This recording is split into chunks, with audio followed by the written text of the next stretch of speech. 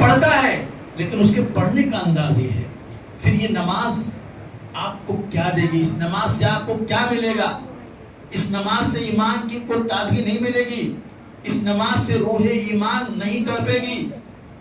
میں سر بسجدہ ہوا کبھی تو زمین سے آنے لگی صدا، تیرا دل تو ہے صنم آشنا، تجھے کیا ملے گا نماز میں؟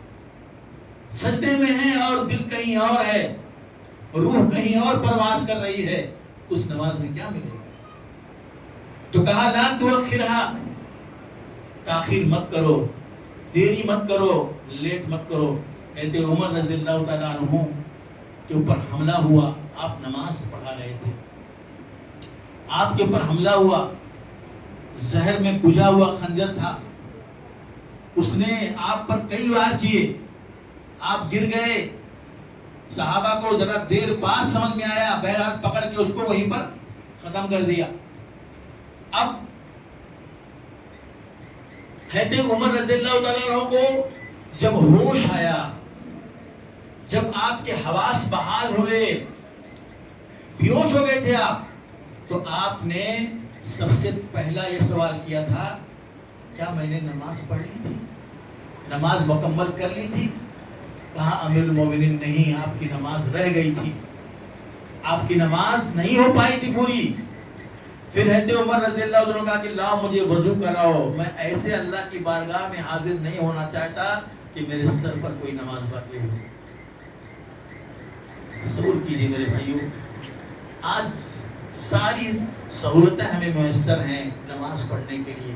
وضو خانہ میسر ہے، ٹوائلٹ میسر ہے، اتنی بہترین مسجد ہے، پنکھے چل رہے ہیں، ہوا چل رہی ہے، بہت ساری مساجد کے اندر اے سی بھی لگی ہوتی ہے، بہترین قسم کی قالینیں ہیں، سب کچھ ہے، لیکن نماز پڑھنے والے نہیں ہیں.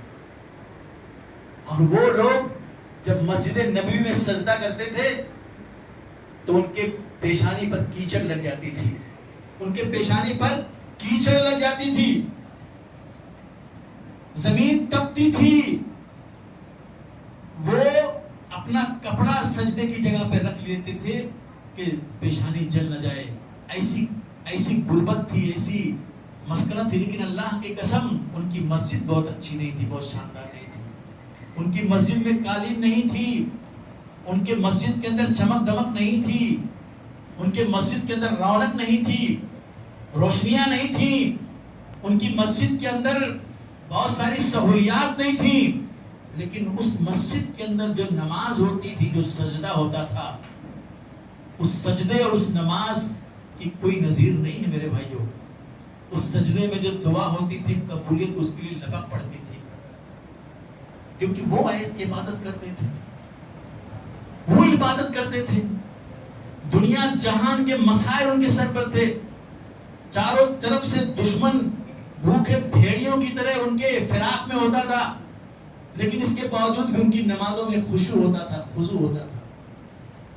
سمجھ رہے ہیں؟ ایسے وہ عبادت کیا کرتے تھے،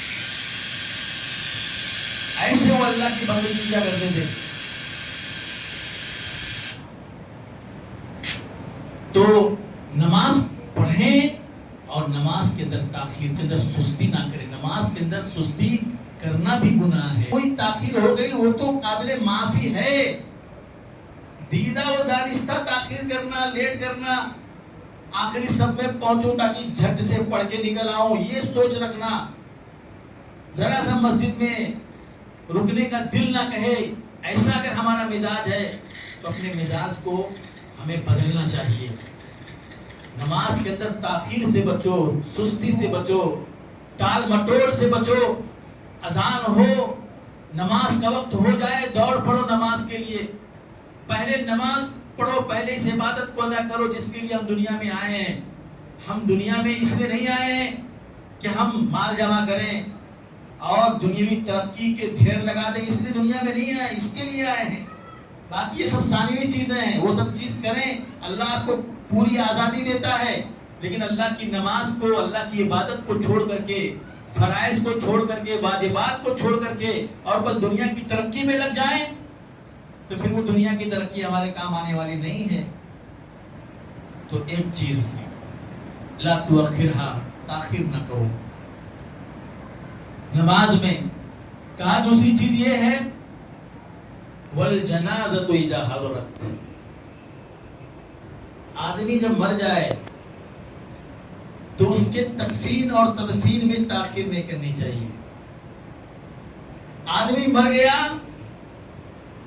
مرنے کے فوراً بعد اس کی تکفین اور تدفین کی تیاری میں لگ جاؤ.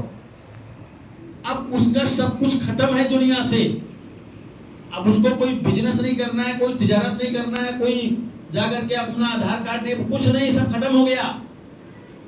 سانس بند ہوئی، آنکھیں بند ہوئی، نبض ڈوب گئی، دنیا سے آپ کا رشتہ ختم.